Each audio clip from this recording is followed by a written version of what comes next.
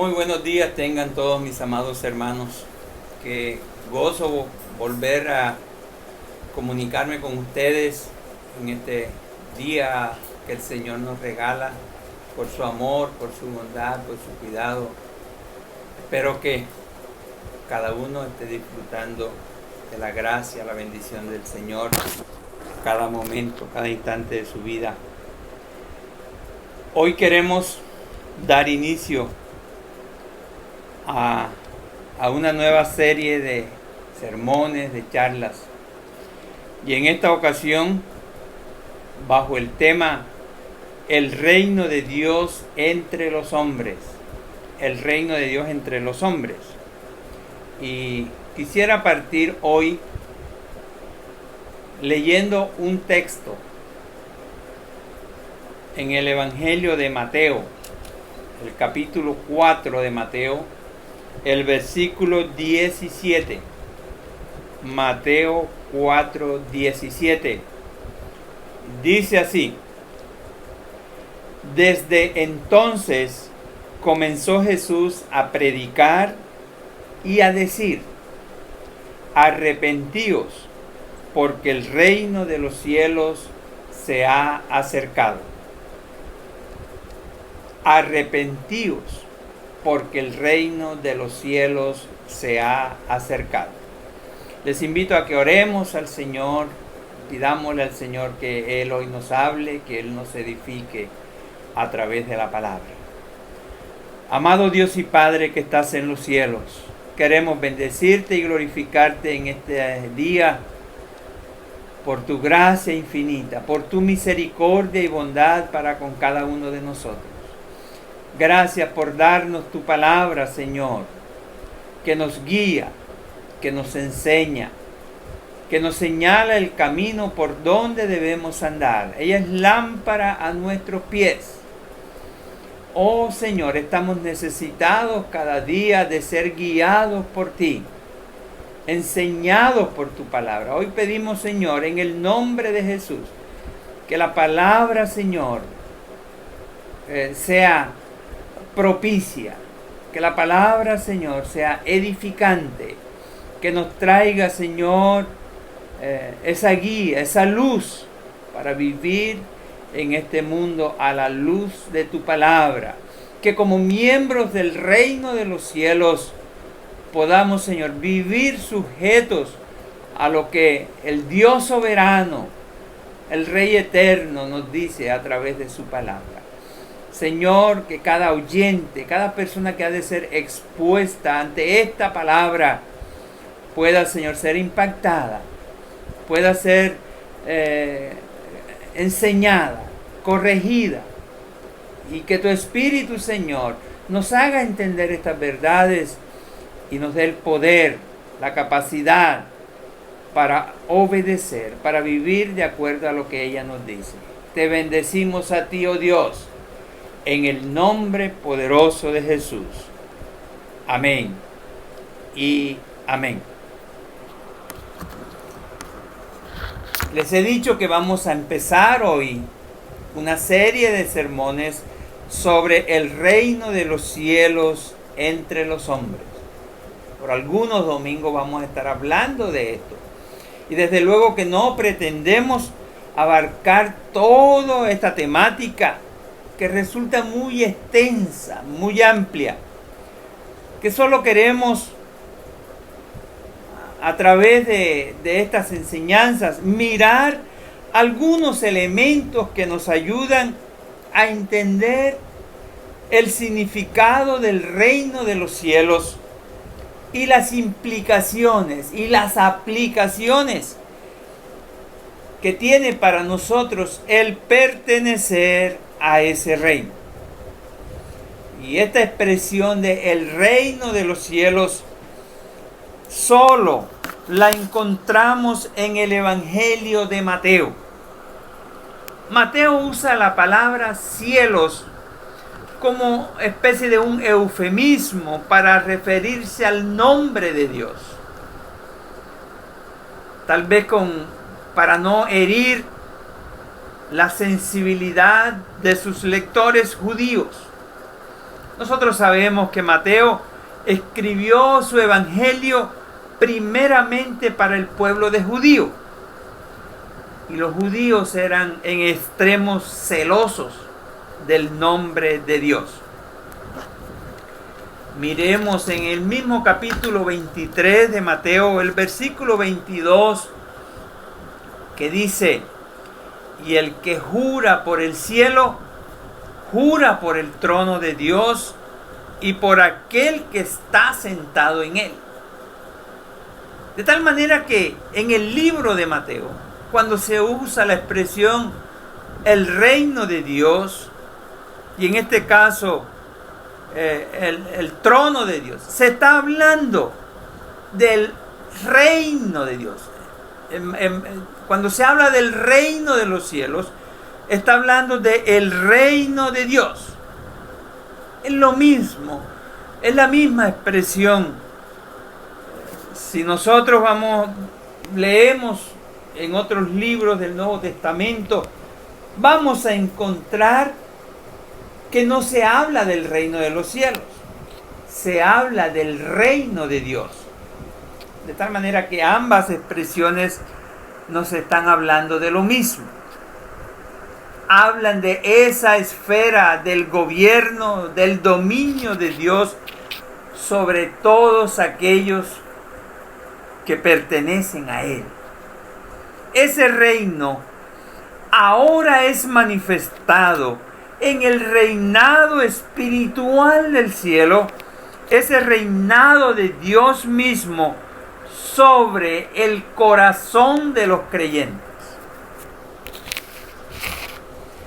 El Evangelio de Mateo nos narra de un episodio donde Jesús es cuestionado sobre este tema. Él, en uno de sus encuentros con los fariseos, miren cómo ellos le preguntan: ¿cuándo había de venir el reino de Dios? Él les respondió y les dijo: el reino de Dios no vendrá con advertencia, ni dirán helo aquí o helo allí, porque he aquí el reino de Dios está entre vosotros. Está entre vosotros. Tal vez los fariseos le hacen esta pregunta en son de burla, porque ellos están convencidos que Él no era el Mesías. Esta tal vez es una pregunta irónica, una pregunta tal vez para provocarlo. Ellos creían que el triunfo del Mesías, ese Mesías que vendría y que ellos estaban esperando, sería inmediato. Ellos esperaban que venía a derrocar a los romanos, al imperio que los tenía subyugados, y establecer el reino milenario. Era lo que ellos esperaban. Así habían entendido ellos las profecías del Antiguo Testamento. Pero el programa de Cristo era totalmente diferente.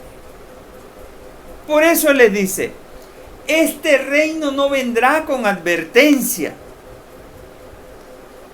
Él inauguró, Él estaba dando inicio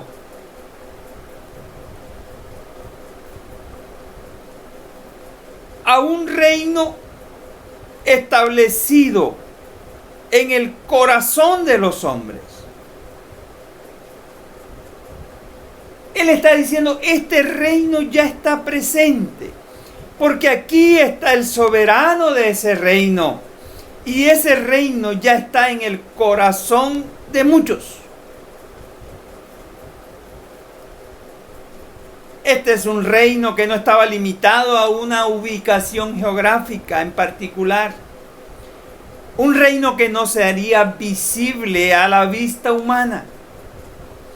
Un reino que vendría de manera silenciosa, invisible, libre de la pompa libre del esplendor que acompaña la llegada de un rey o de un gobernante de esta tierra.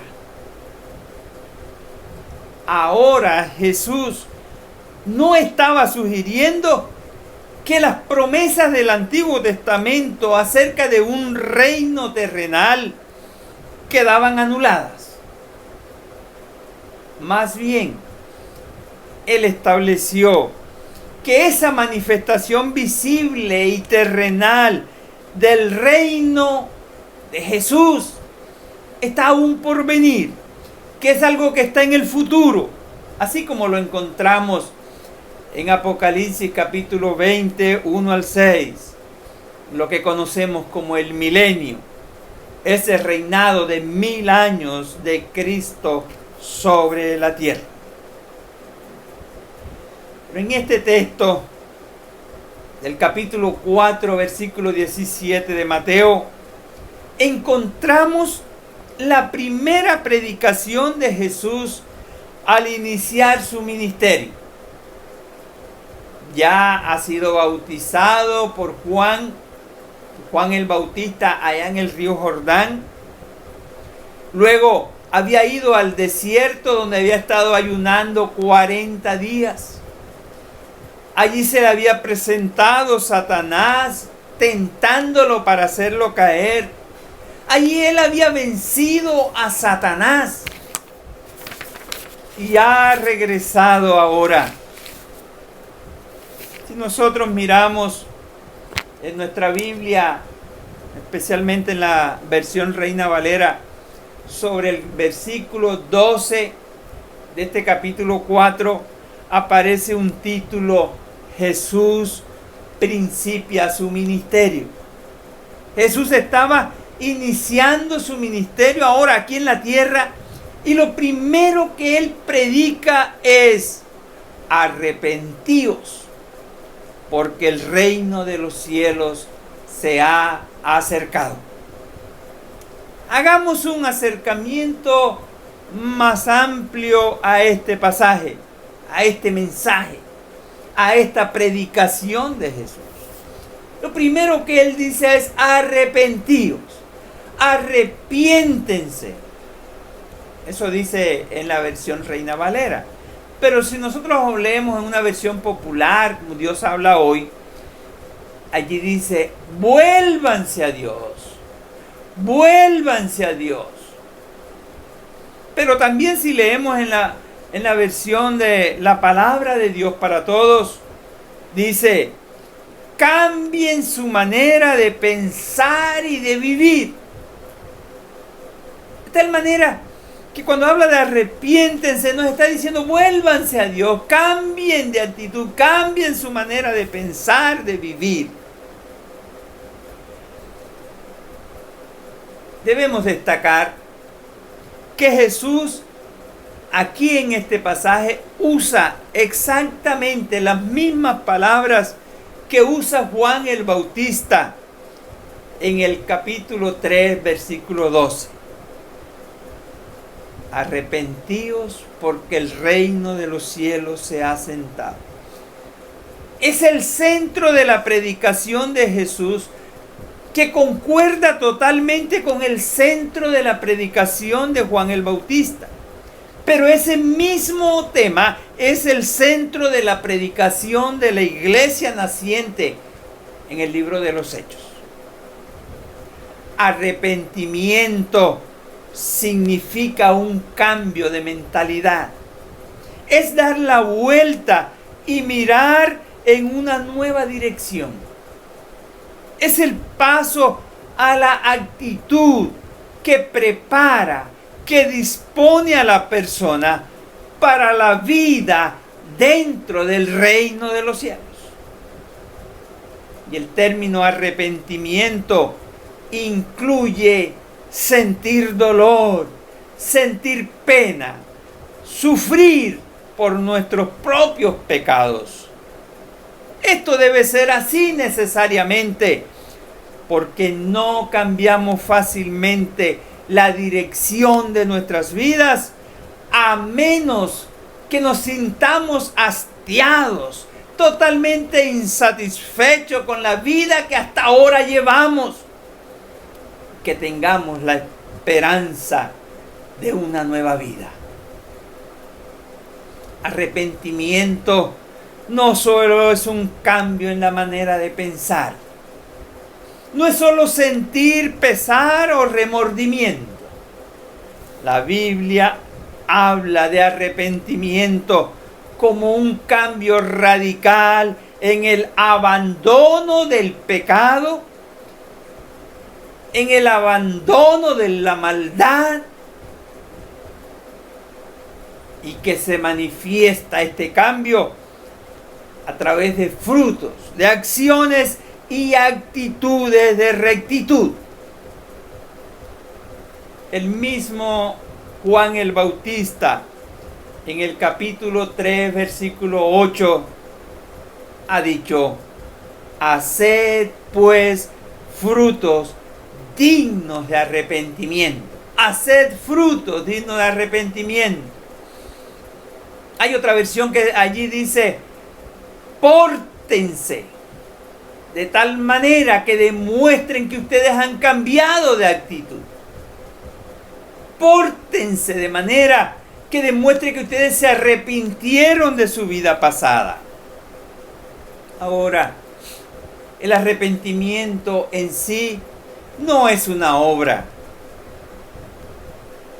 pero se manifiesta, se hace evidente a través de las obras. Las nuevas obras, las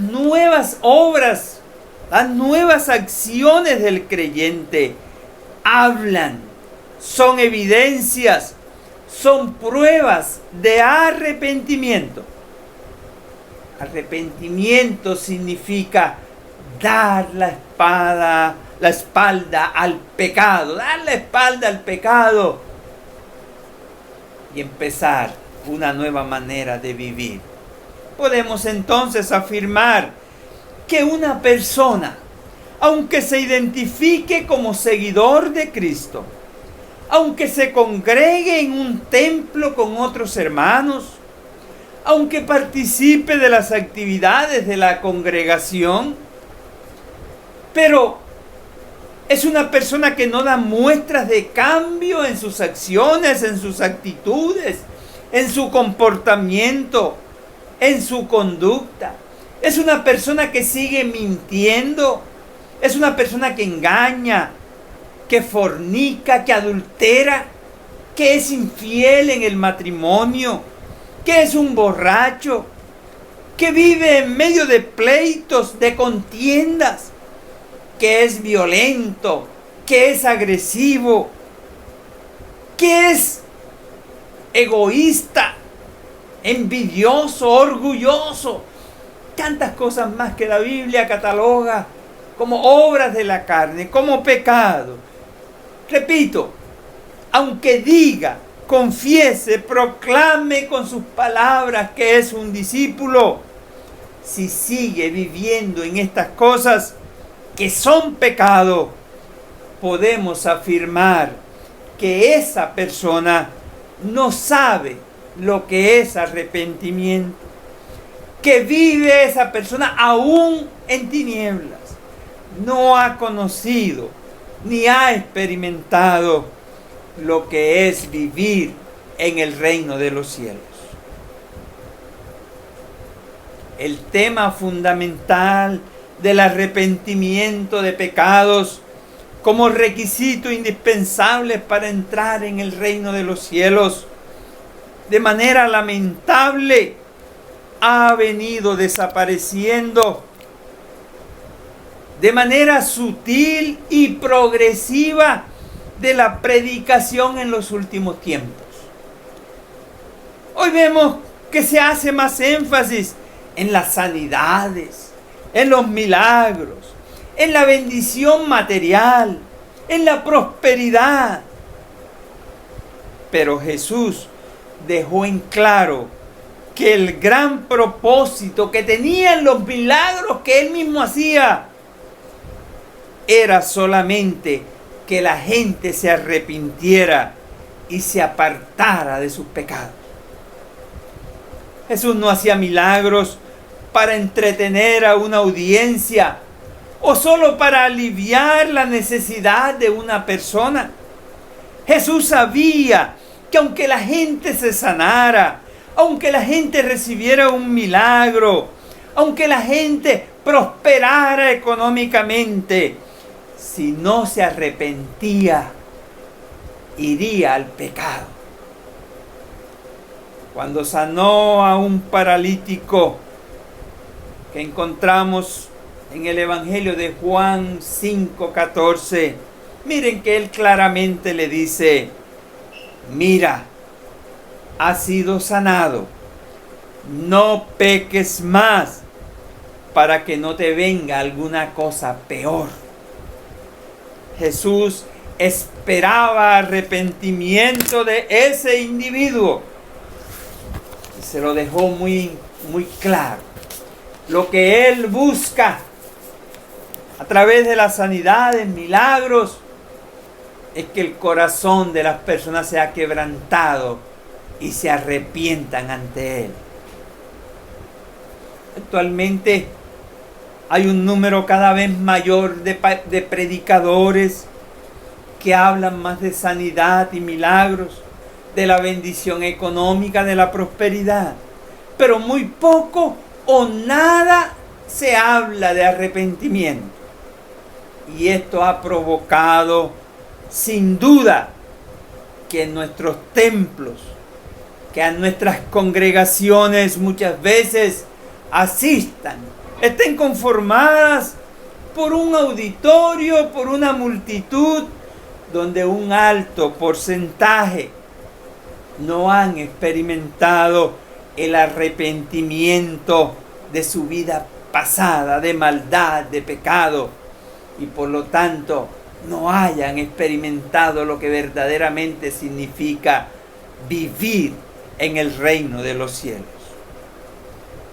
Por eso hoy se hace necesario retomar con todo el vigor el mensaje de Jesús, el mensaje de los predicadores del Nuevo Testamento.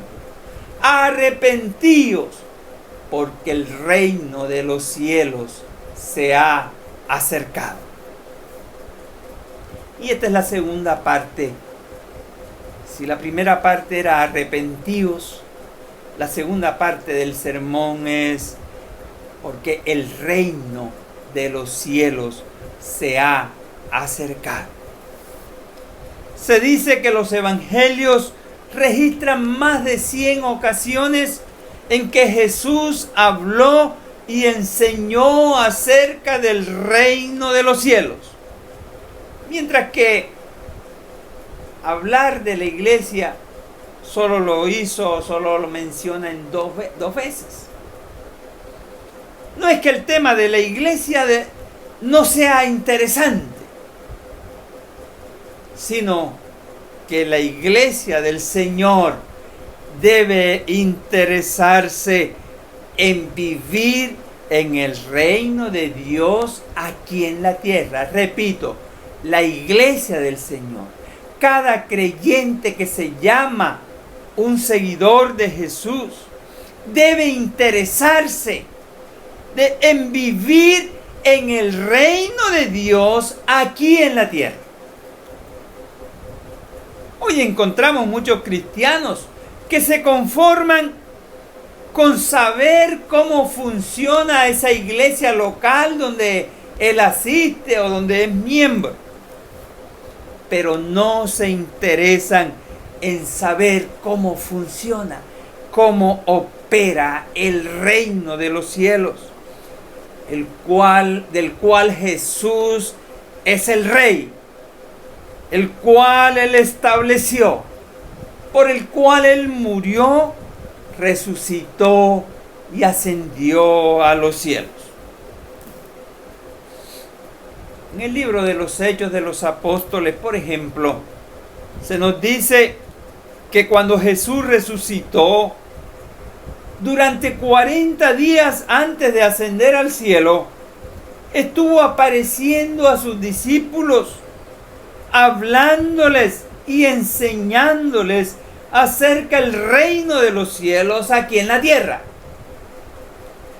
En el libro de los Hechos, el capítulo 1, el versículo 3 dice: a quienes también, hablando de Jesús, a quienes también después de haber padecido, después de haber muerto, se presentó vivo, con muchas pruebas indubitables, pruebas que no dejaban ninguna duda, apareciéndoles durante 40 días y hablándoles acerca del reino de Dios. Ese era el tema de Jesús. Y cuando leemos o se nos habla de el reino de Dios o del reino de los cielos, tal vez venga a nuestra mente, tal vez podamos pensar en las arpas, en las nubes, en los coros celestiales, esa adoración especial. Pero Jesús es claro aquí en cuanto a que el reino de los cielos se refiere al gobierno de Dios en la tierra. El reino de los cielos se ha acercado, ha venido, está aquí en la tierra. El reconocido teólogo y comentarista bíblico Matthew Henry escribió: el argumento que usaron Juan y Jesús para inducir a las personas al arrepentimiento era: porque el reino de los cielos se ha acercado. Este es un reino en que Cristo es el soberano, el rey. Es un reino de los cielos. No es un reino terrenal. No es un reino de este mundo. Y ellos lo predicaron como que estaba cerca, al alcance de la mano. En él van entrando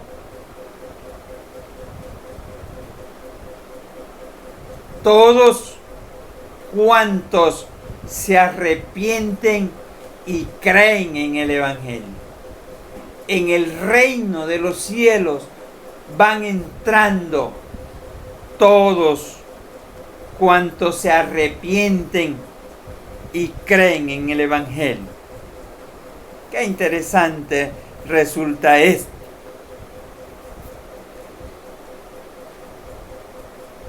Ahora, de alguna manera, este mensaje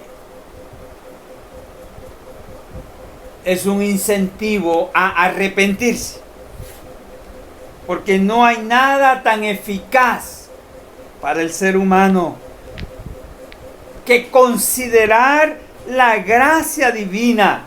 Nada hay más eficaz para quebrantar los corazones por el pecado, para apartarse del pecado, que considerar la gracia de Dios. La bondad de Dios conquista los corazones. Una bondad de la que se ha abusado. Es capaz de humillar nuestra cabeza, derretirnos el corazón y pensar: qué malvado he sido para pecar contra tal gracia, contra la ley y el amor de ese reino. Ahora, la proclamación del perdón descubre y detiene al malhechor que antes huía y se escondía de Dios. Así somos atraídos a Jesús con cuerdas de amor.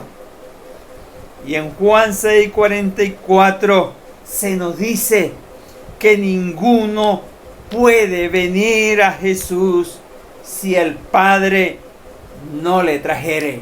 es Dios mismo quien se encarga de quebrantar nuestros corazones, de humillarnos, de experimentar la necesidad del arrepentimiento en nuestras vidas. Cuando la persona es quebrantada por Dios mismo y responde viniendo a Jesús en arrepentimiento, con fe, creyendo en la obra redentora de Cristo, se abre para él la puerta de ingreso al reino de los cielos. Y este hecho tiene consecuencias profundas en la vida de la persona. Tiene consecuencias en el gobierno, en el dominio de la persona. Porque Jesús ahora es el Señor, es el Rey, amo absoluto. Y esto se manifiesta en áreas como la economía.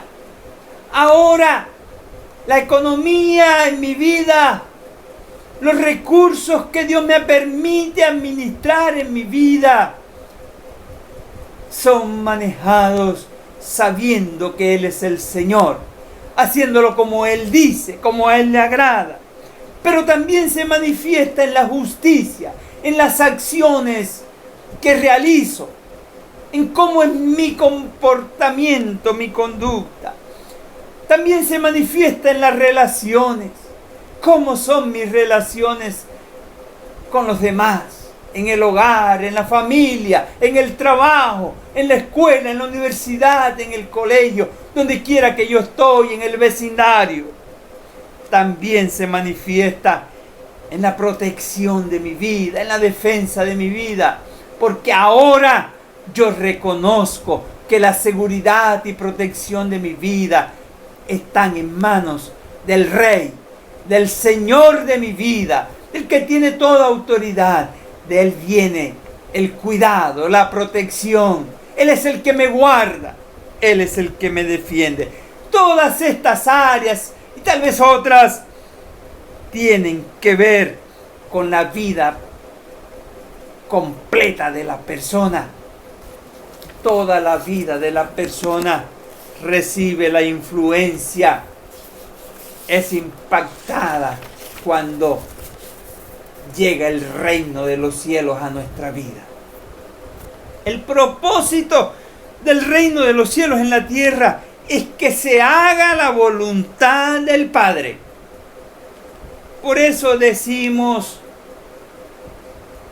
en el Padre nuestro: venga tu reino, hágase tu voluntad, como en el cielo, así también en la tierra. Que se haga tu voluntad, así como allá se hace, que se haga aquí, que se haga en nuestro entorno, que se haga en nuestra nación, que se haga en nuestra ciudad, pero que se haga en nuestra iglesia, que se haga en nuestra familia, que se haga en mi vida. El propósito del reino de los cielos es que tú, al formar parte de ese reino, puedas vivir sujeto a la soberanía de Cristo, siéndole obediente en todo, llevando a cabo la gran comisión de ir y formar discípulos a otros, para que la gente se reconcilie con Dios, aceptando a Jesús para ser salvos y tener vida eterna. Así que, mis hermanos, Pablo dice en 2 Corintios 5:20, somos embajadores en nombre de Cristo, como si Dios rogase por medio de nosotros. Os rogamos en nombre de Cristo, reconciliaos con Dios. Aquí Pablo describe su función y la función de todos los creyentes como embajadores, como mensajeros que representan en la tierra al reino de los cielos, trayendo un mensaje, el mensaje del Evangelio, para rogar a las personas de todo el mundo que se reconcilien con Dios, quien es su Rey verdadero, que se reconcilien con Dios, el Creador, el diseñador de este mundo y de nuestras propias vidas. Hermano, amigo, tú que me escuchas, debemos saber que Cristo, el propósito es que nosotros actuemos cuando venimos al reino, cuando hacemos parte del reino de los cielos, nos convirtamos en mensajeros de Él. Entrar en el reino de los cielos requiere arrepentimiento. Arrepentimiento de nuestra vida pasada. Haber vivido sin considerar a Dios. Haber vivido sin tenerle en cuenta. Haciendo nuestra propia voluntad. Haciendo lo que nos indica nuestra humana sabiduría. Siguiendo nuestros propios propósitos, nuestros sueños, nuestros anhelos. Siguiendo nuestra vida de maldad, de pecado, alejado de Dios y su voluntad. Ahora, cuando venimos a Él, cuando entramos y participamos del reino de los cielos, se nos demanda sujeción, sometimiento total al señorío de Cristo. Él es el Rey soberano. Él es el amo absoluto de todo. El amo absoluto de nuestras vidas. En el reino de los cielos, Él es el único Rey. El reino de los cielos no es democrático. El reino de los cielos no actúa en base al concepto de la mayoría. En el reino de los cielos, el Rey soberano, Jesús, Dios mismo, dicta las leyes, dicta las normas, y los miembros del reino obedecen, siguen las directrices para su propio bien, para su propio provecho. Yo quiero terminar recordando la invitación de Jesús en Mateo 6:33.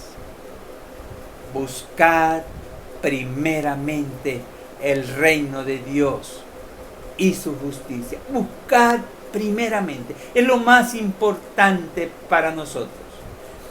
Y qué interesante es esto, porque muchas veces nos desviamos y ponemos la mirada, hacemos lo principal en nosotros, la atención a lo que consideramos las necesidades básicas, a la comida, al vestido, a la bebida, a la salud, a la vivienda, a la educación.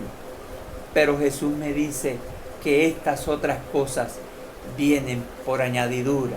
De eso se encarga el reino. Nosotros tenemos que encargarnos de tenerlo a Él como el centro de nuestra vida, como el que gobierna nuestra vida, y las demás cosas vienen como un agregado, como una añadidura. Que el Señor nos ayude a disfrutar las mieles, los beneficios, el verdadero provecho de pertenecer, de ser parte del reino de los cielos. Y nuestro propósito, como es el propósito de Dios, es que seamos agentes que extienden el reino para alcanzar a otros también. Que Dios nos bendiga y nos ayude, que esta palabra haga una obra especial en cada uno de nosotros. Padre, te damos gracias y te bendecimos hoy. Te glorificamos. Tú eres el Cristo glorioso, que vives por siempre, que reinas en poder y en majestad. Gracias por darnos tu palabra. Oh Señor, que esta palabra podamos entenderla, que tu Espíritu Santo nos dé el discernimiento, nos dé el entendimiento para recibir el mensaje y nos capacite, nos dé el poder para vivir de acuerdo a lo que ella nos dice hoy. Señor, que cada oyente, que cada hermano, que cada familia pueda entender y experimentar lo que es vivir en el reino de los cielos para provecho personal, para provecho propio. Muchas gracias. Te bendecimos, Señor, en el nombre de Jesús. Amén. Y amén. Mis hermanos, que Dios les bendiga, que tengan un resto de día en paz, una bendición con la guía del Señor. Amén. Nos vemos en una próxima oportunidad.